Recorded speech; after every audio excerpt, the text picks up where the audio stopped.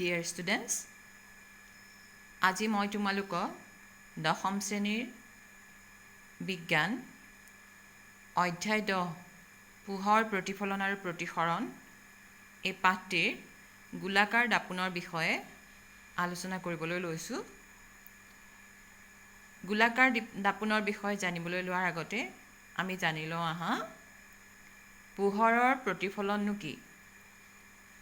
তোমালোকে যেহেতু আগৰ পাঠত বা আগৰ ক্লাছত পঢ়ি আহিছা পোহৰৰ প্ৰতিফলন আৰু প্ৰতিসৰণৰ বিষয়ে, তথাপিতো মই তোমালোকক আকৌ এবাৰ মনত পেলাই দিছোঁ যে পোহৰৰ প্ৰতিফলন হৈছে পোহৰৰ ৰশ্মি এটা মাধ্যমৰ পৰা আহি অন্য এটা মাধ্যমত পৰি পুনৰ আগৰ মাধ্যমলৈ ঘূৰি যোৱাকে উভতি যোৱাকে কোৱা হয় পোহৰৰ প্ৰতিফলন। বা পোহৰৰ আপতিত ৰশ্মি এটা মাধ্যমৰ পৰা আহি অন্য এটা মাধ্যমত পৰি প্ৰতিফলিত হৈ পুনৰ আগৰ মাধ্যমলৈ উভতি যোৱাকে পোহৰৰ প্ৰতিফলন বোলে। প্ৰতিফলনৰ দুটা সূত্ৰ আছিলে নহয় জানো? সূত্ৰকেইটা কি কি আছিলে? প্ৰথমটো হৈছে আপতন কোণ প্ৰতিফলন কোণৰ সমান, আৰু দ্বিতীয়টো হৈছে আপতিত ৰশ্মি দাপোনৰ আপতন বিন্দু টনা লম্ব আৰু প্ৰতিফলিত ৰশ্মি একেখন সমতলতে থাকে, নহয়নে? এতিয়া আহোঁ গোলাকাৰ দাপোনৰ বিষয়ে। গোলাকাৰ দাপোন কেই প্ৰকাৰৰ? দুই প্ৰকাৰৰ। মই তোমালোকক ইয়াত দি দিছোঁ চোৱা, এনেকৈ অৱতল দাপোন আৰু উত্তল দাপোন। এতিয়া চোৱা আমি এখন গোলাকাৰ দাপোন ল'লোঁ, এইখন গোলাকাৰ দাপোন ল'লোঁ। এই গোলাকাৰ দাপোনখনক যদি আমি সমানে মাজত দুভাগ কৰি দিওঁ তেতিয়া আমি দুটা ভাগ পাম। এনেকৈ দুটা ভাগ দেখিছানে? এইফালেতো মই এনেকৈ আঁকি দেখাইছোঁ। এনেকুৱা দুটা ভাগ নাপাম জানো? গতিকে এই দুটা ভাগৰ যিটো ভাগত যিখন দাপোনৰ প্ৰতিফলন পৃষ্ঠটো সুমুওৱা থাকিব, মানে ভিতৰৰ ফালে এনেকৈ সুমুওৱা থাকিব, সেইখনক ক'ব অৱতল দাপোন। আৰু যিখনৰ প্ৰতিফলন পৃষ্ঠটো বাহিৰ ফালে ওলোৱা থাকিব বা উখহা থাকিব সেইখনক ক'ব উত্তল দাপোন। বুজিছানে? মই ইয়াত প্ৰতিফলন পৃষ্ঠটো মই নীলাকৈ দেখুৱাইছোঁ, ইয়াততো তেনেকৈ প্ৰতিফলন পৃষ্ঠখন ভিতৰৰ ফালে সোমোৱাটো নীলাকৈ দেখুৱাইছোঁ। আৰু এই যে ৰঙা ৰঙাকৈ দাগ দিছোঁ এইবিলাক হৈছে কি? এইখন প্ৰতিফলন পৃষ্ঠ নহয়, ইয়াত ৰং কৰা থাকিব। ইয়াতো এইখন বাহিৰ ফালে এনেকৈ ৰং কৰা থাকিব আৰু ভিতৰখন হৈছে প্ৰতিফলন পৃষ্ঠ। আৰু এতিয়া এইখন দুখন দাপোন পালোঁ আমি ইয়াৰ পৰা। মই ইয়াত তোমালোকক দেখাইছোঁ, এইখনকে মই ইয়াত এনেকৈ কৰি আঁকিছোঁ আৰু এইখনক মই ইয়াত এনেকৈ কৰি আঁকিছোঁ। ইয়াৰ প্ৰতিফলন পৃষ্ঠটো এইটো নীলা এইটো আৰু দাগ দিয়াখিনি ৰং দিয়া থাকিব। ইয়াৰ প্ৰতিফলন পৃষ্ঠ এইটো বাহিৰ ফালে ওলোৱাটো, ইয়াত এই ভিতৰৰ ফালে দাগ দিয়াখিনি, এইখিনি হৈছে কি? এইখিনি ৰং দিয়া থাকিব। গতিকে প্ৰতিফলন পৃষ্ঠ উত্তল দাপোনৰ এইফালে উখহাটো আৰু ইয়াৰ ভিতৰৰ ফালে সোমোৱাটো। এতিয়া আমি দুখন তেনেহ'লে আমি কি পালোঁ? দাপোন আৰু গোলাকাৰ দাপোনৰ পৰা আমি দুখন দাপোন পালোঁ। এখন হৈছে অৱতল দাপোন, এখন হৈছে উত্তল দাপোন, নহয়নে? এতিয়া চোৱা আহোঁ ইয়াৰ লগত কিছুমান ধাৰণা জড়িত হৈ আছে, সেইকেইটা আমি জানিবই লাগিব গোলাকাৰ দাপোনৰ ক্ষেত্ৰত। আৰু তোমালোকে পিছলৈ যেতিয়া ৰশ্মি চিত্ৰ অংকন কৰিবা, এই বিষয়ে মই পিছৰ ভিডিঅ'টো আলোচনা কৰিম। গতিকে ৰশ্মি চিত্ৰ যেতিয়া অংকন কৰিবা তেতিয়াও এইকেইটা কথা অত্যন্ত দৰকাৰ হয়।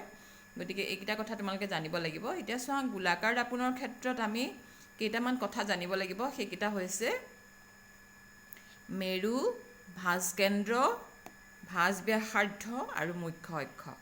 বুজিছানে? কি ক'লোঁ মই? মেৰু, ভাঁজকেন্দ্ৰ, ভাঁজ ব্যাসাৰ্ধ আৰু মুখ্য অক্ষ।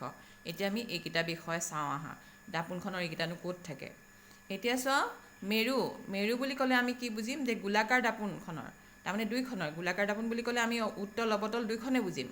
গোলাকাৰ দাপোনৰ প্ৰতিফলন পৃষ্ঠৰ, এতিয়া অৱতল দাপোনৰ প্ৰতিফলন পৃষ্ঠ এইফালে হ'ব, এইফালে কৰি আছে। উত্তল দাপোনৰ প্ৰতিফলন পৃষ্ঠ এইটো, পৃষ্ঠটোৰ ওপৰত প্ৰতিফলন পৃষ্ঠৰ কেন্দ্ৰবিন্দুটোক, এইটো দাপোনখনৰ এইটো কেন্দ্ৰ নহ'ব জানো? পৃষ্ঠৰ কেন্দ্ৰবিন্দুটোক কি বুলি কোৱা হয়? দাপোনৰ মেৰু বুলি কোৱা হয়, আৰু ইয়াক পি আখৰেৰে বুজোৱা হয়। বুজিছানে? তাৰপিছত আহিলোঁ ভাঁজকেন্দ্ৰ। গোলাকাৰ দাপোন যিহেতু গোলাকাৰ দাপোনৰ প্ৰতিফলন পৃষ্ঠখন, এই যে পৃষ্ঠখন আমি পাইছোঁ এইটো ক'ৰ পৰা পাইছোঁ? আমি এটা গোলক এটাৰ পৰাহে পাইছোঁ নহয় জানো? গতিকে গোলক এটাৰ অংশই এই গোলকটোৰ এটা কেন্দ্ৰ আছে, ইয়াত কেন্দ্ৰ এটা আছে। ঠিক তেনেকৈ এইটো আমি এনেকৈ সম্পূৰ্ণ কৰি দিলে এইটো কেন্দ্ৰ হ'ব, ইয়াৰো তেনেকৈ এইটো সম্পূৰ্ণ কৰি দিলে ইয়াৰ কেন্দ্ৰ হ'ব, নহয়নে? এই যে কেন্দ্ৰটো আছে সেই কেন্দ্ৰবিন্দুটোক কি বুলি কোৱা হয়? গোলাকাৰ দাপোনৰ ভাঁজ কেন্দ্ৰ বুলি কোৱা হয়। আৰু ইয়াক কি আখৰে লিখোৱা হয়? চি আখৰে। দেখিছানে? অৱতল দাপোনৰ ক্ষেত্ৰত ইয়াত হ'ব উত্তল দাপোনৰ ক্ষেত্ৰত আমি এইখন যদি এনেকৈ ঘূৰাই দিওঁ ইয়াত হ'ব, ইয়াত এইটো আমি যদি কৰি দিওঁ এনেকৈ গোলাকাৰ দাপোন, ইয়াত এইটো হ'ব কেন্দ্ৰটো। গতিকে এইটো হৈছে ভাঁজ কেন্দ্ৰ। আৰু ইয়াক কি আখৰে বুজোৱা যায়? চি আখৰেৰে। আৰু মনত ৰাখিবা, ভাঁজ কেন্দ্ৰ কিন্তু দাপোনৰ অংশ নহয়, ই ক'ত থাকে? প্ৰতিফলন পৃষ্ঠৰ বাহিৰত থাকে। দেখিছানে? দুইটা বাহিৰত আছে। আৰু অৱতল দাপোনৰ ক্ষেত্ৰত ভাঁজ কেন্দ্ৰটো ইয়াৰ সন্মুখৰ ফালে থাকে, এইখন দাপোনৰ প্ৰতিফলন পৃষ্ঠ ইয়াৰ সন্মুখত আছে। আৰু উত্তল দাপোনৰ এইখন বাহিৰ ফালে প্ৰতিফলন পৃষ্ঠ, গতিকে ইয়াৰ পিছফালে থাকিব। গতিকে এইকেইটা কথা মনত ৰাখিবা। তেনেহ'লে এতিয়া আমি ভাঁজ কেন্দ্ৰ কি বুজি পালোঁ, আৰু মেৰু কি আমি গম পালোঁ, নহয়নে? বুজি পাইছা নাই বাৰু তোমালোকে? এতিয়া চোৱা, আহোঁ ভাঁজ ব্যাসাৰ্ধ। মই ইয়াত এনেকৈ দেখুৱাইছোঁ, এইটোকে মই আঁকি দেখুৱাইছোঁ। চোৱা, ভাঁজ ব্যাসাৰ্ধ হৈছে গোলাকাৰ দাপোনখন যিহেতু গোলক এটাৰ অংশ, আমি গোলকটোৰ পৰা এটা অংশহে লৈছিলোঁ, গতিকে গোলক এটাৰ অংশ, গতিকে সেই গোলকৰ ব্যাসাৰ্ধক দাপোনখনৰ ভাঁজ ব্যাসাৰ্ধ বুলি কোৱা হ'ব। এই গোলকটোৰ ব্যাসাৰ্ধ কোনটো হ'ব? ইয়াত নহ'ব জানো? কেন্দ্ৰৰ পৰা এইটো আধা মাজে মাজে, গতিকে এইটো ব্যাসাৰ্ধক দাপোনখনৰ ভাঁজ ব্যাসাৰ্ধ বোলা হয়। আৰু ইয়াক কি আখৰেৰে বুজা যাব? আৰ। মই আৰটো লিখিবলৈ থাকিলে আৰ। ইয়াক কি আখৰে বুজাব? ইয়াত পি পৰা চিলে এইখিনি হ'ব আৰ। ইয়াতো তেনেকৈ পি পৰা চিলে এইখিনি হ'ব আৰ। বুজি পাইছানে? এতিয়া চোৱা, আহোঁ আমি। তেনেহ'লে কি গম পালে?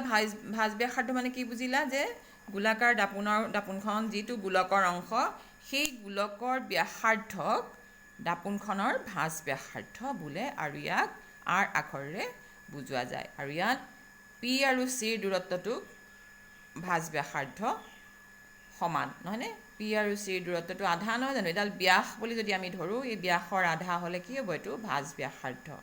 বুজি পালা নাই? তেনেহ'লে পি চিৰ দূৰত্ব কি বুলি কোৱা হয়? ভাঁজ ব্যাসাৰ্ধ, আৰু ইয়াক আৰ আখৰেৰে বুজোৱা যায়। তাৰপিছত আহিলোঁ মুখ্য অক্ষ। এতিয়া মুখ্য অক্ষ হৈছে গোলাকাৰ দাপোনখনৰ মেৰু পি। মেৰুটো কোনটো পাইছে? এইটো পি, এইটো উত্তল দাপোনৰ ক্ষেত্ৰত পি, মেৰু পি, আৰু ভাঁজ কেন্দ্ৰৰ মাজেৰে, মেৰু পি আৰু এই ভাঁজ কেন্দ্ৰটোৰ মাজেৰে যদি আমি এডাল ৰেখা কল্পনা কৰোঁ, ইয়াতো তেনেকৈ উত্তল দাপোনৰ ক্ষেত্ৰত মেৰু আৰু ভাঁজ কেন্দ্ৰৰ মাজেৰে যদি এডাল ৰেখা কল্পনা কৰোঁ, এই ৰেখাডালক কি বুলি কোৱা হ'ব? মুখ্য অক্ষ।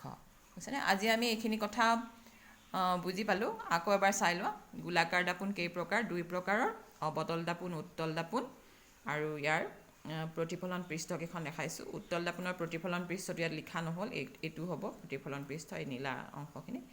আৰু ইয়াৰ এই পিটো হৈছে ইয়াৰ কি? এইটো মেৰু পৃষ্ঠখনৰ দাপোনৰ প্ৰতিফলন পৃষ্ঠৰ মধ্যবিন্দু, আৰু কেন্দ্ৰবিন্দু বা মধ্যবিন্দু এইটো পি, মেৰু, আৰু হৈছে, আৰু ইয়াত ভাঁজ কেন্দ্ৰ, এইটো যিটো গোলকৰ কেন্দ্ৰটো কি বুলি কোৱা হয়? ভাঁজ কেন্দ্ৰ। আৰু ভাঁজ ব্যাসাৰ্ধ হৈছে ইয়াৰ গোলকটোৰ যিখিনি কেন্দ্ৰৰ পৰা অৰ্ধ অংশ, যিহেতু ব্যাসাৰ্ধডাল, এইডাল ভাঁজ ব্যাসাৰ্ধ। আৰু এইডাল পি আৰু চিৰ মাজেদি যদি আমি এডাল কল্পনা কৰোঁ ৰেখা, সেইডাল হ'ব কি? মুখ্য অক্ষ। তেনেহ'লে আজি তোমালোকে এইখিনি কথা বুজি পালা নিশ্চয়। আৰু পিছৰ ভিডিঅ'টোত মই তোমালোকক কেনেকৈ ৰশ্মি চিত্ৰ অংকন কৰিবা সেই বিষয়ে বুজাম। আৰু সেই বিষয়ে বুজিবলৈ যাওঁতে এই কথাখিনি কিন্তু সম্পূৰ্ণকৈ মনত ৰাখিব লাগিব। তোমালোকৰ কিতাপতো ধুনীয়াকৈ দিয়া আছে, গতিকে কিতাপৰ পৰা এইখিনি ভালকৈ চাবাচোন, মই কৈ দিয়া কথাখিনি।